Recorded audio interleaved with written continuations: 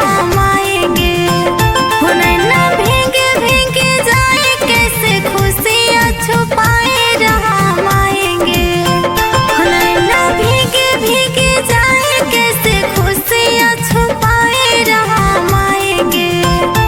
कुछ समझ न आए कहाँ फूल बिछाए हम आएंगे।